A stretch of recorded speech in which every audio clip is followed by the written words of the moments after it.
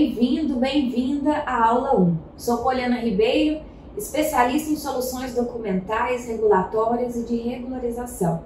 Fico feliz por estar aqui e acredito que serão aulas muito importantes para a sua jornada extraordinária de qualificação e diferenciação no mercado e na sua atuação profissional.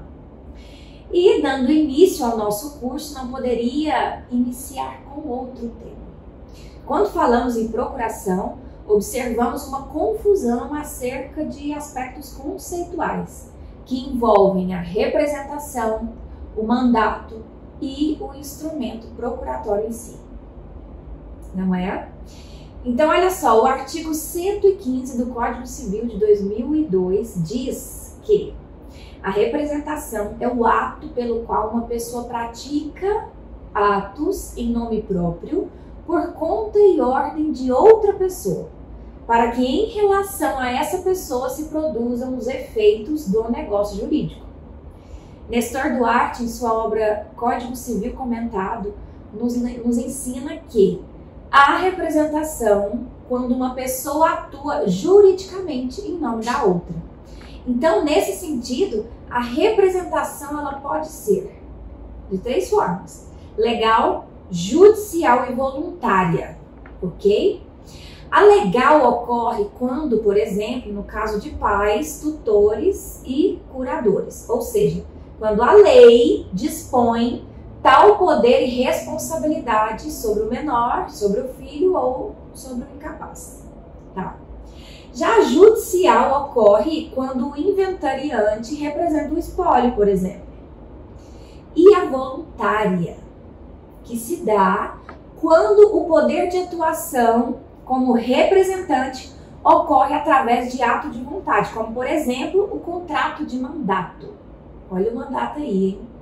Ou seja, o mandato é um exemplo de representação voluntária.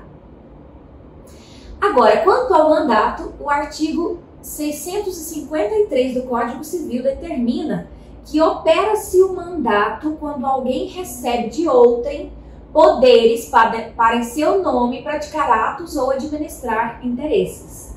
Então, a procuração é o instrumento do mandato, a forma através da qual o mandato é operacionalizado.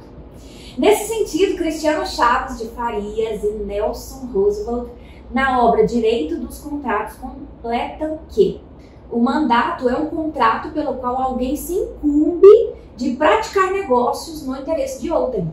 Então, logo, no contrato de mandato há a representação voluntária, mas mandato e representação voluntária, conforme eu já expliquei aqui, são institutos que não se confundem, são independentes. Então, há a possibilidade de mandato sem representação, bem como a representação sem mandato. Um exemplo bem interessante é o contrato de mandato em causa própria. E assim disciplina o artigo 663 do Código Civil, em que prevê o mandato sem representação. E outro exemplo interessante, agora envolvendo a representação sem mandato, temos o contrato de sociedade, por exemplo, quando o sócio é nomeado para representar a empresa, a sociedade empresarial em determinados negócios. Então, nesse caso, há representação, mas não há mandato, uma vez que a representação se deu através do contrato social. Dito tudo isso, minando as confusões que acontecem de ordem prática, a procuração é um instrumento de representação que pode ou não se dar através de um mandato. Isso porque mandato e procuração também não se confundem. São também institutos independentes. Ora, a procuração é um instrumento, um meio através do qual são transferidos poderes via representação voluntária. Ou seja, é um ato de concessão de poderes a outrem, seja por força de mandato ou através de um contrato de comissão, de trabalho social e outros. Então veja que interessante. A procuração é um instrumento jurídico unilateral, certo? através do qual alguém outorga poderes de representação a um terceiro, certo? E é nesse ínterim que percebemos que procuração se difere de mandato enquanto instituto, né? E seus desdobramentos. Isso mesmo. A procuração não incorpora o mandato necessariamente, pois a procuração, enquanto ato notarial, instrumento, tão somente outorga, confere poderes a um terceiro, não estabelecendo assim obrigações ao procurador. A procuração confere sim a expressão de uma vontade e poderes de atuação. Então, nesse sentido, é um instrumento em que o procurador outorgado comprova os poderes que tem a partir de ato voluntário perante terceiros.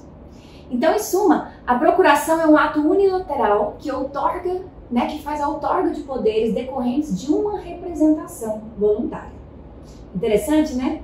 E olha, fique ligado, fique ligada, pois você receberá informações, provavelmente através de e-mails, sobre as datas das aulas ao vivo, aulas tira dúvidas, que considero muito importantes.